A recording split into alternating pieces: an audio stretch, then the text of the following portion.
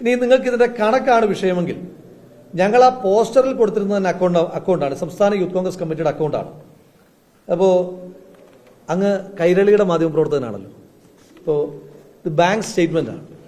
Bank statement അങ്ങേക്ക് പരിശോധിക്കാം. അതായത് ഈ ഫണ്ട് കളക്ഷൻ ആരംഭിച്ച ദിവസം തൊട്ട് ഇന്നത്തെ ദിവസം വരെ 1 രൂപ ഈ അക്കൗണ്ടിൽ നിന്ന് 1 രൂപ, ഒരുപാട് വേണ്ട, മുഖ്യനാണല്ലോ ഈ സൈബർ സ്പേസിലുള്ള ആളുകളും ചില ഉത്തരവാദിത്തപ്പെട്ട MLA-മാരും പറയുന്നത്, 1 രൂപ ആ ബാങ്ക് അക്കൗണ്ടിൽ നിന്ന് പിൻവലിച്ചു എന്ന് തെളിയിച്ചാൽ, ബാങ്ക് സ്റ്റേറ്റ്മെന്റ് കൈരളിയുടെ മാധ്യമപ്രവർത്തനം അങ്ങേക്ക് തരാം, 1 രൂപ പിൻവലിച്ചു എന്ന് തെളിയിച്ചാൽ സംസ്ഥാന യൂത്ത് കോൺഗ്രസ് കമ്മിറ്റി അധ്യക്ഷൻ എന്ന് പറയുന്ന പദവി ഇപ്പൊ രാജിവെച്ചിട്ട് അങ്ങേക്ക് കത്ത് തരാം. അത് അങ്ങേക്ക് ഫ്ലാഷ് ന്യൂസ് ആയിട്ട് കൊടുക്കാനുള്ള ഒരു സാഹചര്യം തരാം.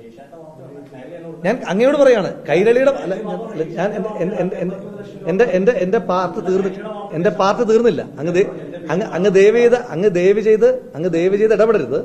ഞാൻ പറഞ്ഞത് അങ്ങേക്ക് വെരിഫൈ ചെയ്യാം. അങ്ങേക്ക് വെരിഫൈ ചെയ്യാം. അതല്ല, ഇനി ഏഷ്യാനെറ്റിന്, ഇവിടെ ഏഷ്യാനെറ്റിന്റെ റിപ്പോർട്ടർ ഇരിപ്പുണ്ട്. അപ്പൊ അദ്ദേഹം കൈരളിയുടെ റിപ്പോർട്ടർ ഏഷ്യാനെറ്റിന്റെ പേര് പറഞ്ഞതുകൊണ്ട് ഏഷ്യാനെറ്റിന് വെരിഫൈ ചെയ്യാം, മനോരമയുടെ റിപ്പോർട്ടർക്ക് വെരിഫൈ ചെയ്യാം, 24ന്റെ വെരിഫൈ ചെയ്യാം, മാതൃഭൂമിയുടെ വെരിഫൈ ചെയ്യാം. ഏത് റിപ്പോർട്ടർക്ക് വേണമെങ്കിലും ഈ ബാങ്ക് സ്റ്റേറ്റ്മെന്റ് വെരിഫൈ ചെയ്യാം. 1 രൂപ ആ ബാങ്കിൽ നിന്ന് സംസ്ഥാന യൂത്ത് കോൺഗ്രസ് കമ്മിറ്റി പിൻവലിച്ചു എന്ന് നിങ്ങൾക്ക് പ്രൂവ് ചെയ്യാൻ പറ്റിയാൽ, ഒരുപാട് വേണ്ട, 1 രൂപ പിൻവലിച്ചു എന്ന് തെളിയിക്കാൻ പറ്റിയാൽ ഇപ്പോൾ ഈ നിമിഷം സംസ്ഥാന യൂത്ത് കോൺഗ്രസ് കമ്മിറ്റി അധ്യക്ഷ സ്ഥാനം രാജിവെച്ചിട്ട് നിങ്ങളുടെ കത്ത് തരാം. 1. ഇനിയും ബാങ്ക് അറിയാതെ എന്തായാലും വിഡ്രോ ചെയ്യാൻ പറ്റത്തില്ലല്ലോ. ഞങ്ങൾ കരുവന്നൂർ ഭരണസമിതി ഒന്നുമല്ലല്ലോ ബാങ്ക് അറിയാതെ പണം എടുക്കാനായിട്ട്. അതെന്തായാലും ഞങ്ങളെ കൊണ്ട് കഴിയില്ല. മറ്റെന്തെങ്കിലും മാർഗത്തിലൂടെ ഉണ്ടോ? നിങ്ങൾ തെളിയിച്ചോ. ഓപ്പൺ ചലഞ്ച് അല്ല. ഈ വാർത്ത കൊടുത്ത എല്ലാ സ്നേഹിതന്മാരോടും ചോദിക്കുകയാണ്. ഇനി അതിനകത്ത് എന്റെ വ്യക്തിപരമായ ഒരു പ്രയാസം കൂടി പറയാം. ഇത് എത്രാമത്തെ തവണയാണ് ഒരേ തരത്തിൽ നിങ്ങൾ എന്നെ ഷെയ്ഡിൽ നിർത്താൻ ശ്രമിക്കുന്നത്? ഞങ്ങളെല്ലാവരും കൂടെ ഷെയ്ഡിൽ നിർത്താനാണ് നിങ്ങൾ ഇത്തവണ ശ്രമിച്ചത്. നിങ്ങൾ, എനിക്കുള്ള പരിഭവമാണ് പറയുന്നത്, ആരും അത് വ്യക്തിപരമായിട്ട് എടുക്കരുത്. പാലക്കാട് ഞാനൊരു നിയമസഭാ തെരഞ്ഞെടുപ്പിൽ മത്സരിച്ചപ്പോൾ നിങ്ങളൊരു പെട്ടിയുടെ വാർത്ത കൊടുത്തു. എന്നെ കള്ളപ്പണക്കാരനായി ചിത്രീകരിക്കാനുള്ള ശ്രമം നടത്തി. ആ ശ്രമം നടത്തിയിട്ട് അവിടുത്തെ ജില്ലാ പോലീസ് മേധാവി CPM-ന്റെ ജില്ലാ കമ്മിറ്റി കൊടുത്ത പരാതിയിന്മേൽ ഒരു FIR പോലും എടുക്കാൻ കഴിയില്ല എന്ന വിവരം നിങ്ങൾ എത്ര പേർ അതേ ആർജവത്തോടുകൂടി അതേ പ്രാധാന്യത്തോടുകൂടി ബ്രേക്ക് ചെയ്തു? നിലമ്പൂരിൽ സമാനമായ ഒരു പെട്ടി പരിശോധന നാടകം ഉണ്ടായി.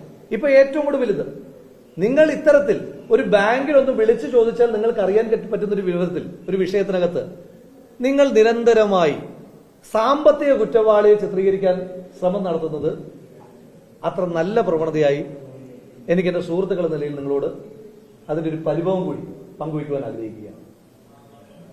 ഇനി 2, നിങ്ങൾ ചോദ്യം ചോദിക്കണം. വയനാട് റീബിൽഡ് പദ്ധതി ചർച്ച ചെയ്യപ്പെടുന്നതിനകത്ത് സന്തോഷമേ ഉള്ളൂ. അപ്പൊ ചോദിക്കും, ഇപ്പൊ ഞങ്ങളുടെ അക്കൗണ്ടിൽ 88,68,827 രൂപയുണ്ട്.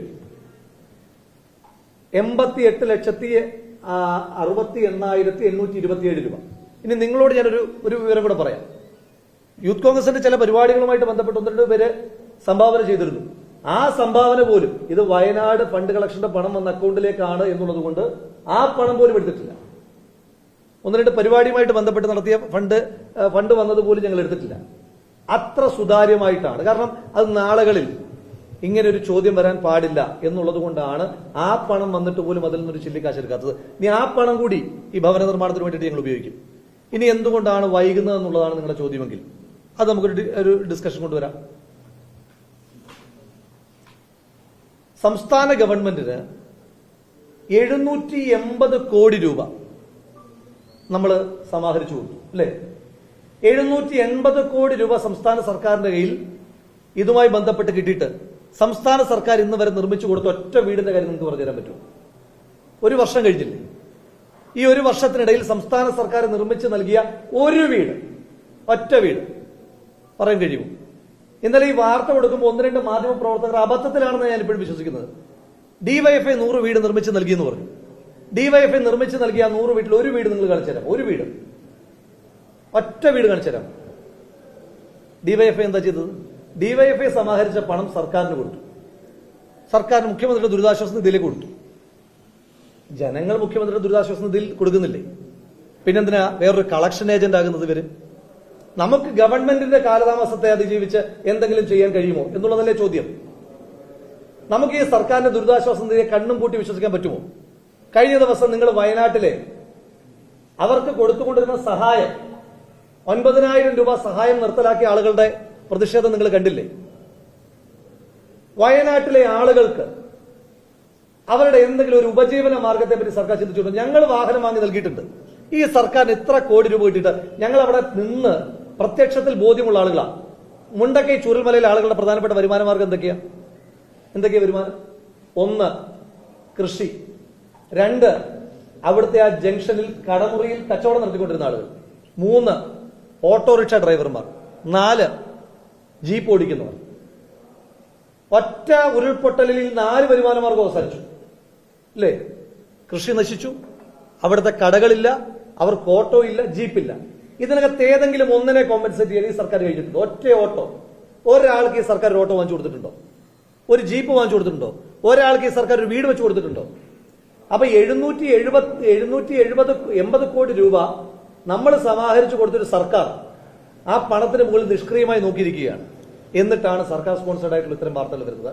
ഇനി 2, ഇതുമായി ബന്ധപ്പെട്ട് മനോരമയുടെ റിപ്പോർട്ടുള്ളത് കൊണ്ട് മനോരമയുടെ ഒരു വാർത്ത ഓഗസ്റ്റ് 16, 2024 ഞങ്ങൾ കൊടുത്ത കത്ത് കൊടുത്തു. ആർക്കാ കത്ത് കൊടുത്തെന്ന് അറിയാമോ? ഞങ്ങൾ എല്ലാവരും കൂടെ മന്ത്രിസഭാ ഉപസമിതി അംഗമായ ശ്രീ മുഹമ്മദ് റിയാസിന് കത്ത് കൊടുത്തു. ഞങ്ങളുടെ ആവശ്യങ്ങൾ എന്താണെന്ന് അറിയാമോ? 1, യുവജന സംഘടനകൾ പ്രഖ്യാപിച്ച വീടുകൾ നിർമ്മിക്കുന്നതിന് പൊതുവായ ഭൂമി സർക്കാർ അനുവദിച്ചാൽ വീടുകൾ നിർമ്മിച്ചു നൽകാൻ കഴിയും. ഇതുമായി ബന്ധപ്പെട്ട് മുഖ്യമന്ത്രിക്ക് നമുക്ക് ഈ വാർത്ത പരിശോധിക്കാം. മനോരമയുടെ ലൈബ്രറിയിൽ ഉണ്ടാകും. ഓഗസ്റ്റ് 16, 2024 വന്ന വാർത്തയാണ്. മുഖ്യമന്ത്രിക്ക് ഇതുമായി ബന്ധപ്പെട്ട് 2 കത്ത് കൊടുത്തു. ഞങ്ങൾക്ക് ഭവന നിർമ്മാണത്തിലേക്ക് കടക്കണം, ഭൂമി വിട്ടു തരണം. വയനാട്ടിലെ ഏറ്റവും പ്രധാനപ്പെട്ട പ്രശ്നം എന്താ? വയനാട്ടിലെ ഏറ്റവും പ്രധാനപ്പെട്ട പ്രശ്നം ഭൂമിയല്ലേ? ഞങ്ങൾ 2 തവണ മുഖ്യമന്ത്രി കത്ത് കൊടുത്തു, ഭൂമി വിട്ടു തരണം, ഞങ്ങൾ നിർമ്മാണ പ്രവർത്തനങ്ങൾ ആരംഭിക്കാം. തന്നിട്ടുണ്ടോ? ഒരാൾക്കെങ്കിലും ഒരു തുണ്ട് ഭൂമി സർക്കാർ കൊടുത്തിട്ടുണ്ടോ? 2, അതിനുശേഷം ഞങ്ങൾ വീണ്ടും ഒരു പ്രപ്പോസൽ വെച്ചു. ഞങ്ങൾക്കൊരു ഭൂമി കിട്ടി, ഞങ്ങൾക്ക് ഒരാൾ 2.5 ഏക്കർ ഭൂമി തരാമെന്ന് പറഞ്ഞു. അപ്പൊ ഞങ്ങൾ ഒരു ഹൗസിംഗ് കോംപ്ലക്സ് നിർമ്മിക്കാൻ തീരുമാനിച്ചു. പക്ഷെ അത് ഈ മുണ്ടക്കൈ ചൂരൽമലയിൽ നിന്ന് വളരെ ദൂരെയാണ്, ഒരു 10-40 കിലോമീറ്റർ അപ്പുറയാണ്. അപ്പൊ അവിടുത്തെ ആളുകൾക്ക് അവിടേക്ക് ഒരു പറിച്ചു നടയിൽ പ്രായോഗികമായി പ്രയാസമാണെന്ന് പറഞ്ഞു. വീണ്ടും മുഖ്യമന്ത്രി കത്ത് കൊടുത്തു. ഞങ്ങളുടെ പക്കൽ 2.5 ഏക്കർ ഭൂമിയുണ്ട്, പകരം ഈ ഭൂമി ഏറ്റെടുത്തിട്ട് പകരം ഞങ്ങൾക്ക് ഭൂമി തരുമോ? ഞങ്ങൾക്ക് എന്ന് പറഞ്ഞാൽ യൂത്ത് കോൺഗ്രസ് സംസ്ഥാന കമ്മിറ്റിക്ക് തരാനല്ലോ പറയുന്നത്, ഈ സാധു മനുഷ്യന്മാർക്ക് കൊടുക്കാനല്ലേ പറയുന്നത്. സർക്കാർ ചെയ്തിട്ടുണ്ടോ? ഒരാൾക്ക് ഒരു തുണ്ട് ഭൂമി സർക്കാർ കൊടുത്തിട്ടുണ്ടോ? ഒരു തുണ്ട് ഭൂമി. അപ്പൊ ഇതൊന്നും ചെയ്യാതെ 780 കോടി രൂപയുടെ മുകളിൽ അടയിരിക്കുന്ന ഒരു സർക്കാരിനെ വിമർശിക്കാതെയുള്ള ഇത്തരം വാർത്തകൾ, അത് ഇതിന്റെ പൊതുവായ ലക്ഷ്യത്തിന്റെ focus. i2i News, an eye for truth. i2i News subscribe ചെയ്തിട്ടില്ലാത്തവർ ഇപ്പോൾ തന്നെ സബ്സ്ക്രൈബ് ചെയ്യുക. നോട്ടിഫിക്കേഷൻ ലഭിക്കുവാൻ ബെൽ ബട്ടണും അമർത്തുക.